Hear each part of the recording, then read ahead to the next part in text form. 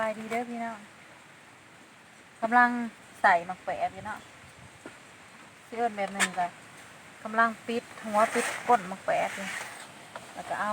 ใยมันออกหมักแปะเพราะว่าเมื่ออื่นนี่ต้มเตรียมไว้เมื่ออื่นที่มีผ้าขาวนะจังหวัดเป็นบุญเขาจีนเมื่ออื่นจะมีการตักบาตรหรือว่าใส่บาตรบุญเขาจีนเนาะก็เลยต้มหมักแปะบางทีเตรียมลงผ้าขาวสุกหมักแปะก็เลยจะมีแกงปลาจังหวัดเตรียมไว้อันนี้พักมีผักแค่มะเขือแล้วก็กระหล่ำเอาเตรียมไว้หนึ่งใส่ผ้าขาวสีเห็ดแจ่วก็แดกตอนนี่กำลังใส่อยู่นะตัวได้อันอ่อนๆมันก็สีบมีใยก็สีปิดแต่ผลมันออกคือ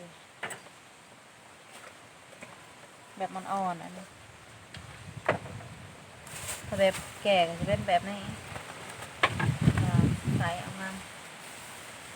อ่อนแล้วมาแปะปลาหมึกแต่ว่าเบิ่งสิเบิ่งหมาแก่นี่หน้ามาแก่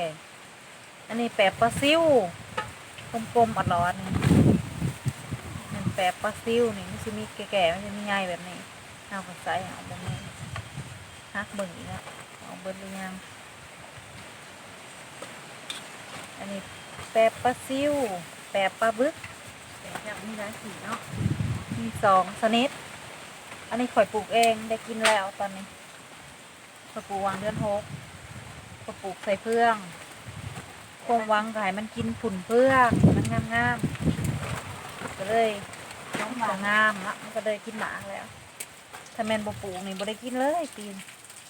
เพราะว่าต้นปลูกพี่กายนี่ข้างสำสร้างคนปลูกมันขึ้นต้นแค่กันแล้วตายเอาต้นแก่มันขึ้นต้นแค่กันแล้วสำสร้างนี่ข้างมันนักป่ะนี่คนโตกแห้งคนตายขลอตายพวกแค่เราไหมพวกแค่ก็ตายแปะก็ตายเราเลยเจ้าผมก็แน่เจ้าบอกกูพวกแค่ขอยพวกแค่ขอยขอตายก็สันนะปีนี้ก็เลยวางแผนไว้นะก้าวหน้ามันสิคนหรือมันสิตายนั่นแหละวางแผนไว้ไปปลูกเพื่องไว้ไม่กินเชยกำลังจัดเตรียมอยู่ก็สิต้มสุกลงมืออื่นติดตามส้มเด้อพี่น้องมืออื่นกันนะมืออื่นสีใส่บาตรเขาจีมีผ้าขาวไปน้ำเป็นบุญสำหรับเนาะบุญเขาจีเขาบัดเพื่อนซูซ่าเมือนไปสักจีแล้วก็ลงไปใส่บาตรมืออื่นแม่พรด้วยเขาจีเพื่อนไปทำนี้คนหนึ่งมีร้ายปั้นเขาจีบ่มีจัวหน่อยสำเนาะไม่พอกินเรียวอีกอะไรแล้วมันต้องมีก็ยังพออีกอะไรยังคืออีกอย่างยังคือเป็ดนี่แต่แรกเราก็สแกงปลาจัดเตรียมจะเตรียมไว้มื้ออื่นไม่จังบ่สวยน่ะมื้ออื่นก็อุ่นซื่อแกงแล้วเราก็อุ่นเฉยๆใส่ผ้าเลยต้มนี้ถ้าที่สุกใส่ยังอื่นสุกใส่ยังปลาทูใส่ปลาทูเนาะมาแล้วไปย่างเขียดมันหนาวพี่น้องมันหนาวบอกเอาแต่เฮือนบอกไปย่างเขียดกันกลางคืนคนแม่หนาวเลยมันหนาวจะพี่คนหนาว คนหนาวเจ้าเลยสังเกตลงผมแล้วถ้าเปิดพัดลมใส่หัวกันยังอีกแล้วลมผัดรวดมือหัวกันยังตึงวีแล้วซึ่งบริวีปลากับเจ้าฮิตลมผัดหลายเนี่ยต้องมีมาเสิร์ฟไม่ได้สบายดีไหมแล่นะพี่น้องสบายดีพี่น้องห่วยได้เป็นเสือแดงๆมายืนสว่าง ลังค่าจะหน่อยก็เปิดประทุนย่อนลมพึ่งวับอยู่ยังบ่มีงบเนาะอดไปก่อนอดไปก่อนคนต้องห้ามก่อนจังสิรู้สึกว่าอยากใส่คันบ่มีเงินก็ใส่บ่ได้คือเก่าเนาะเพราะเฮาเฮ็ดจังกะชีบ่เป็นเด้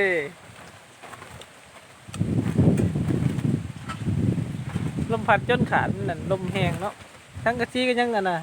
ทั้งกะซีขอกแดงก็ยังอันตะปูรูด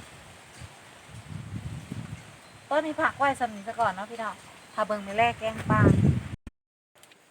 บรรยายไปเลย อันนี้มันแกงปลาที่ลงเฮ็ดผ้าขาวลงวัดเนาะมื้อเช้า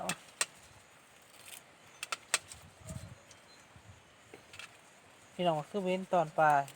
ยังบ่ทันได้ใช้ตอนปลาใช้ตอนปลาแดกลงไปก่อน ต้องประเดกใส่ก่อนพี่น้องนี่ครอบครัวอันซาร่าเลยโอ้ใส่ประเดกลายเนาะมันประเดกทุกแท้ ขาดบ่ได้ นั่นก็คือแป้งนัวตามลงไปไม่เล่อันนี้สูตรไม่เล่เองเลยปรุงซะก่อน อย่างเสียปลาลงน้ำหลัง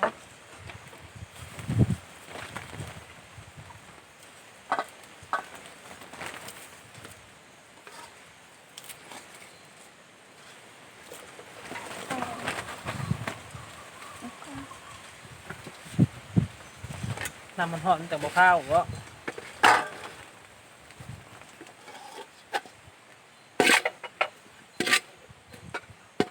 ลงน้ำตาลไปแล้วนี่ใช้พักมันขาวเด้อขาวเด้อระยะหัวมันใส่ก่อนกดอยู่บ่ขอใช้นี่มึงเด้อนี่ขอยาปลาลงเลยเด้อไพ่อ่อนแล้วไพ่อ่อนขออนุญาตเติมไพ่ก่อนโอ้คือบ่พอมแท้ไม่แรงสิมาได้แม่นเด็กตัวยาวเนาะพี่น้อง ทานไม่ติ้วยังดีทานก็ได้ ชนะอีกเฮ้อ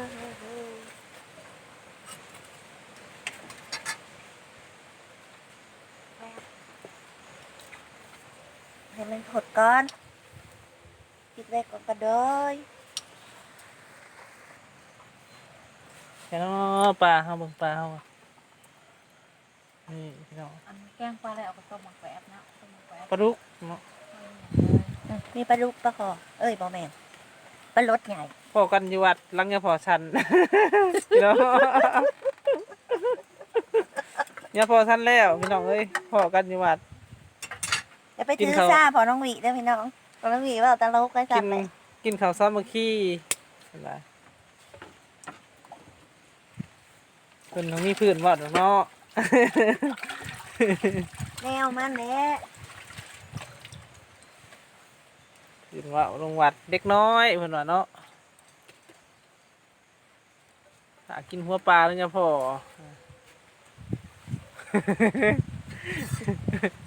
ปลูกมาซ้ำนี่แหละพี่น้องเอ้ย บอกว่าร้ายว่าร้ายว่าดี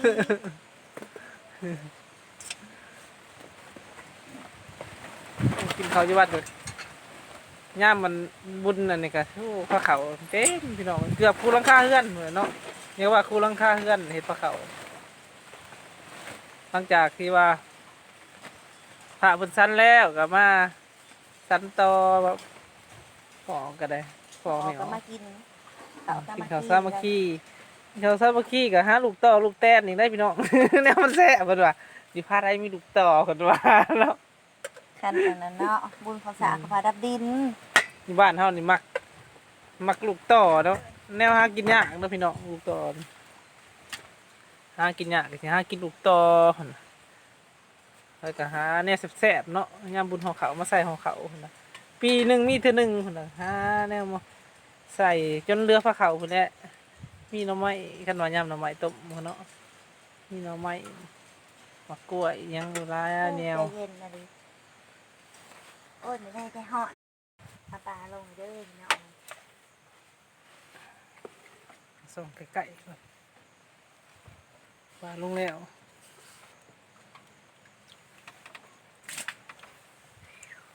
ไฟก็บ่อยากแห้งบันไดว่าซั่น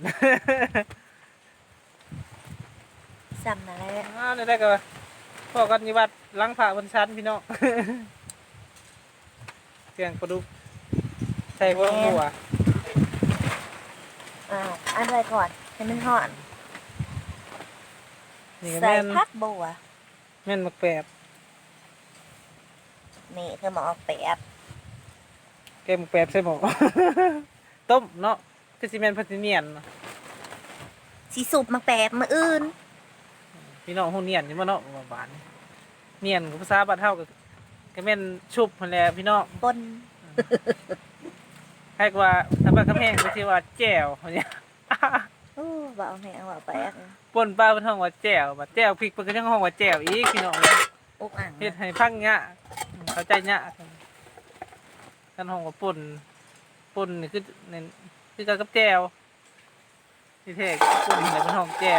วปลาเพิ่นว่าเนาะเคยห้อง เคยห้องว่าแต่บ่แต่แม่เพิ่นว่าแจ่วปลากินข้าวกับหยังเขาแจ่วปลามาอยู่ทางละมุงแจ่วปลามีหยังเนาะเพิ่นว่า เป็นน้ำมูกจะสะปุ่นวะ เพิ่นฮู้จักแต่ป่นมันเพราะว่าแม่นรู้อยู่ว่าเราลงอัน ลงยังหันว่าเราถือแจ่วพริกเนาะหมู่เพิ่นสิว่าถ้วยหยังเพิ่นว่าเป็นถ้วยแจ่วเพิ่นก็ทักมีได้ว่าแจ่วหยังเพิ่นว่าแจ่วก็มีแต่แจ่วพริกได้แม่นรู้ก็เข้าใจว่านั่นเนาะที่แท้แล้วมันเพิ่นสิท่าว่าป่นหยังหั่นนะแต่ว่าเพราะว่าแจ่วมันก็หลายแนวแจ่วเนาะ แมววิมาลงจังหันอยู่บ้านขะแม่อันตรายอยู่บ่ เอ้ยเพิ่นว่าป่นก็ว่าแจ่วเพิ่นว่าบ่คือกัน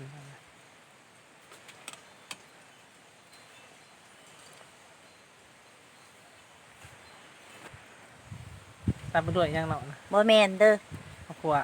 พอน้องวิสิว่าแกงเลยเด้อสุดท้ายไม่ได้มันออม อ้าวเห็นได้เนาะบัด แกงออม นี่แกงเนี่ยมันมาใส่กับขัวเปลี่ยนเป็นอ้อมพี่น้องเอ้ยใส่กับขัวเปลี่ยนทันทีเลยว่าอ้อมเหรอ แกงออมคือเก่า แกงอ้อม สิใส่บ่ใส่กระเบือใส่ข้าวหัว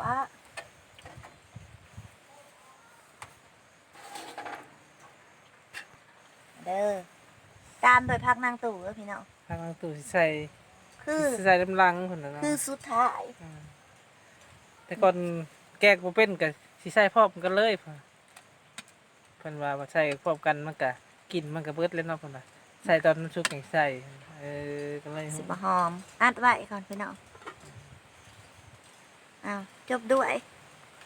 เอาพี่น้องเอ้ย ต้มมาแปะเดิน พัก อ่า นี่เมนูแปบสิข้างขึ้นต่อฝากกดแชร์กดไลค์กดซับสไครต์กดติดตามให้เด้อพี่น้อง เนียนมาแปะเบิ่งมืออื่นเด้อพี่น้อง พอกันอีกมื้ออยู่วัดลงใส่บาตรขอจีเนาะพี่น้องเนาะบ๊ายบาย